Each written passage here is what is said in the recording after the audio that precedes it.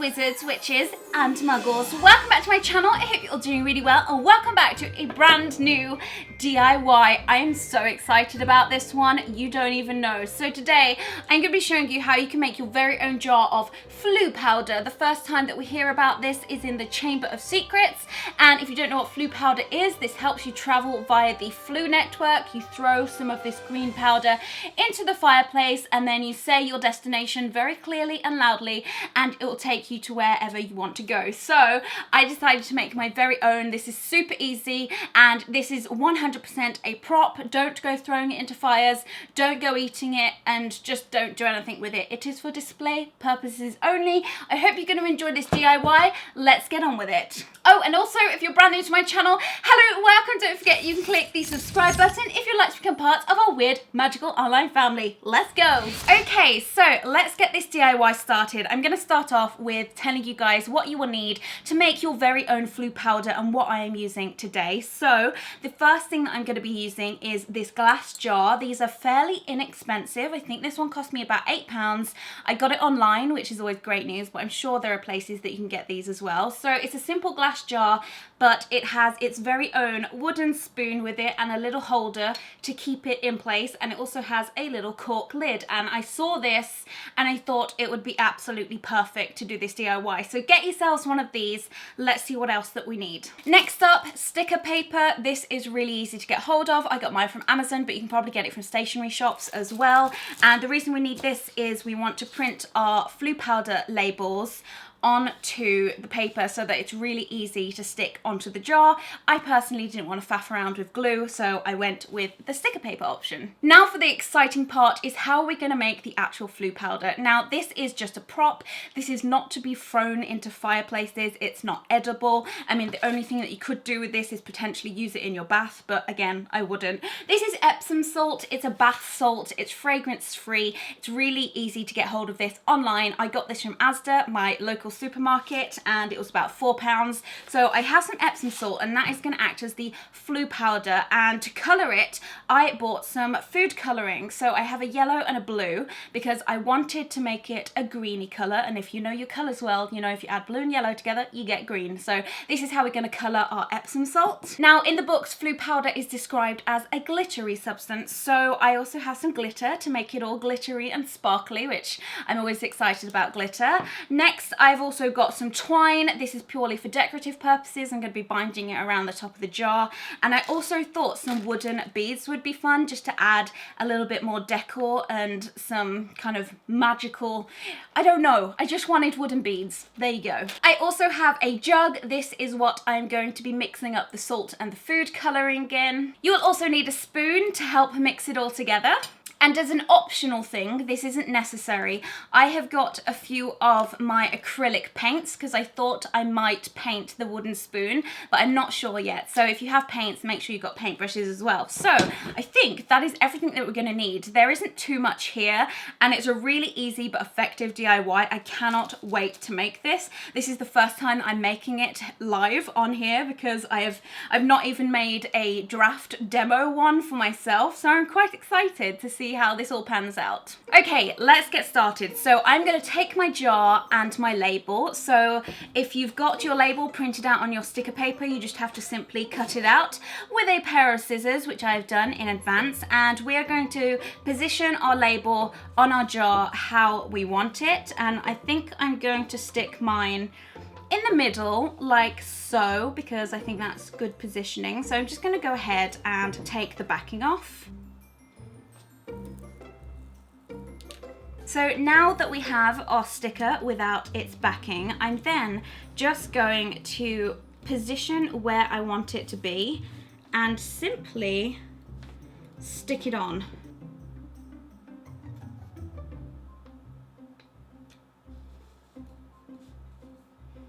And just make sure that it's pressed down and it's all stuck to the glass because we don't want it to be peeling off. And this is looking pretty cool already, if I do say so myself. I think that looks so cool. I love this label. I'm very pleased with how it turned out. So I guess the next thing that we're going to do is decorate the jar. Now I got some of this twine. It's just simple garden twine. I got it in brown, but you can use any twine that you want to use. So I'm going to take some of this twine and simply unravel it from here, because we're going to be binding it around the neck of the jar. And I'm going to take a pair of scissors and snip and move that to one side. So simply I'm just going to take the spoon out for now, and I want it so that it is bound round quite tightly, because we don't want this.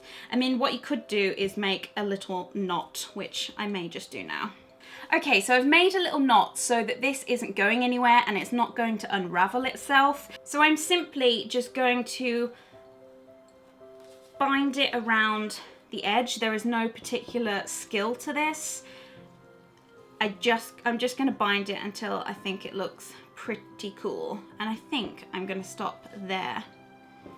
So once you've bound your twine around the neck of the jar, just tighten a little knot, make sure that it's as secure as can be, and it'll be already looking pretty snazzy if you ask me. I just think that looks so cool. So the next thing that I had planned to do was with these little wooden beads. Again, I got these online for a couple of pounds. They're really easy to get hold of.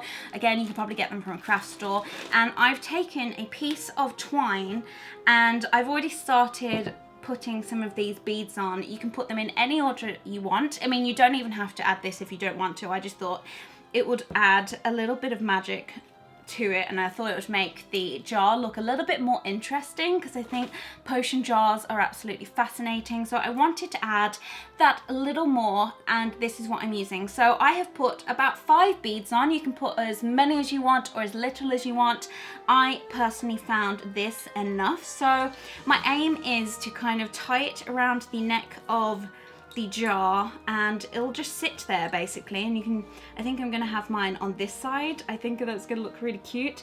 So basically I'm just gonna do another knot and make sure that these are tied quite securely to the jar. Make sure that it's quite tight so that it's not gonna come off, and then position it as you want it to be. So I think I'm going to put mine there at the side. Oh, I just think that I honestly just think it's looking so cool already. Like, this is so simple but a really effective DIY. So I guess now that we have kind of completed our jar, which I personally think is looking fantastic already, considering how simple this is, it looks so effective. Now, the fun part is we're going to be making the contents that are going inside this jar. Now, this is purely for prop purposes. I wouldn't even advise putting this stuff in the bath, even though it is bath salts, because we have dyed it. I'm not sure if it's going to stain the bath or not, but give it a go. Let me know. I would love to know, but in theory, you could use it as bath salts if you want to, but I'm just going to be using it as props. So we have got our really nice jar and we're going to fill it. So I'm going to get the amount that we need by pouring some of the bath salts into the jar to find out the exact measurement, and I'm simply going to just take off the top, open up the jar of bath salts and pour some on in as carefully as I can. Now, I'm not filling all the way up to the top because I want it to look like it's been kind of used already and it's had some use out of it. So once you've got your amount, you're then going to go ahead and take your jar. We're going to take our jug and simply pour in the bath salts like so. And now we have our exact measurement that we need. So this bit is entirely up to you of what color you want it. I mean, it is meant to be green, but I guess you could dye any color you want, but it's gonna be green for me because that is true to the books. So blue and yellow, this stuff goes a long way. So you simply just need 1 or 2 drops. To put about 2 drops of, that's a lot more than 2 drops, of blue in, and then I'm going to do the same with the yellow one, and hopefully when we mix it up together we will get a nice green colour. And you can just keep adding more blue or more yellow depending on what color it goes. So it will clump up a little bit like so, but just keep on mixing and that won't be a problem. So this is probably going to be a little bit too yellow for my liking, but let's just keep stirring it on up. This is a very neon color at the moment, so I think for me personally, I am going to add a few more drops of blue just because I don't want it that green. Let's see what this does to it. It's very much trial and error when it comes to the color and it's personal preference. So I think that's working a little bit more. It's getting more towards the color that I wanted it to be. I wanted it to be a kind of lighter tealy green. Once you've mixed it all together, you shouldn't have any of the food coloring clumps in it at all. It should all be just basalts in the color that you want it to be. So now, because FLOO powder is described as glittery, we've also got some glitter, and again, you can put as much or as little as you want in, but I love glitter, so I'm just going to put quite a heavy handful into the jug, and again, we are then just going to mix it on up. Keep mixing, and this will give it a really nice sort of glittery effect. So once your mixture is all done, we've got the food colouring in, we have the glitter in, I guess it's then time to add it to our FLOO powder jar. So I am going to use a spoon. I could pour it in, but I'm very aware that it could be very messy doing it that way. So I'm simply just taking my spoon and spooning it into the jar as neatly and carefully as possible. As soon as your FLOO powder is in the jar, we are then going to put the cork in. I mean, if you wanted this to be extra secure, you could glue gun it in or super glue gun it in, especially if you've got kids around, but I'm not going to because this is definitely going to live on a shelf. But how cool does this look so far? I'm so chuffed with it, but I don't think that I'm quite finished. So this spoon, it looks like it's never been used, and I feel like it could be coloured. So I think I am going to go ahead and paint this very roughly. So let's go ahead and do that. So the colour that I think I'm going to go for is a very light tealy colour, almost a pastel teal.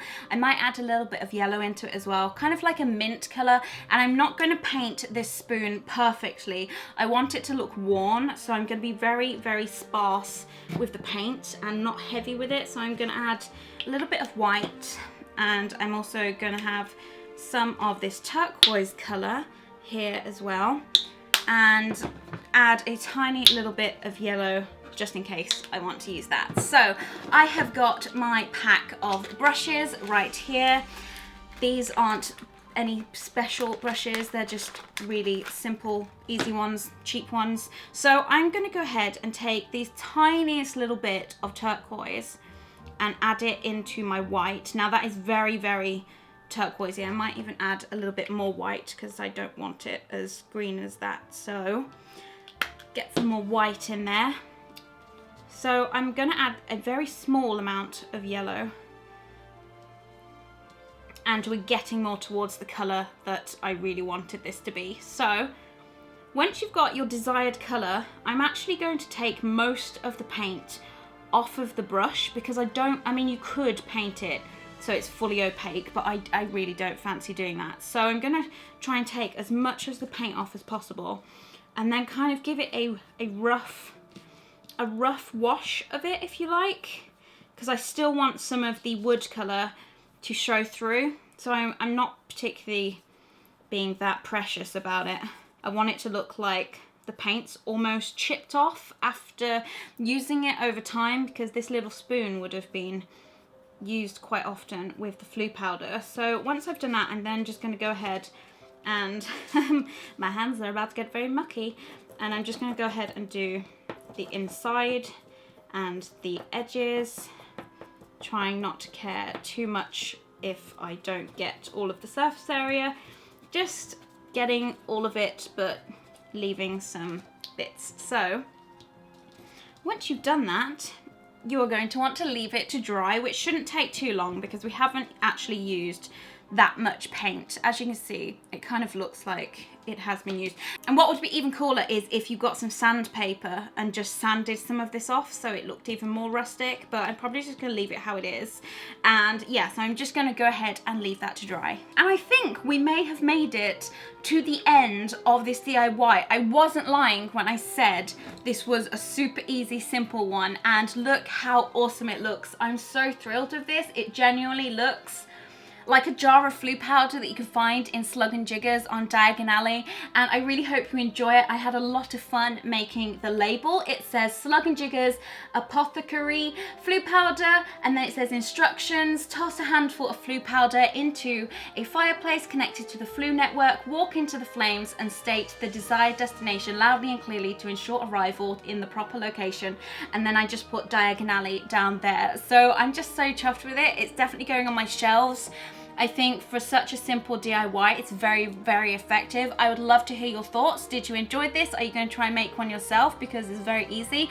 Leave a comment down below. I would love to hear your feedback on this. It's definitely my favorite DIY that I've done so far.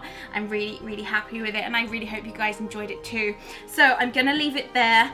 I cannot wait to see all of your reactions down below, and yeah, let me know what else you would like to see me make as a DIY on this channel. I do want to do more of them. They are very time consuming to do, I won't lie, but they're very enjoyable, and it means that I can make more things to add to my shelves, which are currently hidden by this very magical backdrop. So yeah, thank you guys so much for watching. I hope you enjoyed the video, and I will see you in my next one. Don't forget to check out some of my previous DIYs. I will leave links for those down below. I will see you guys soon. Bye!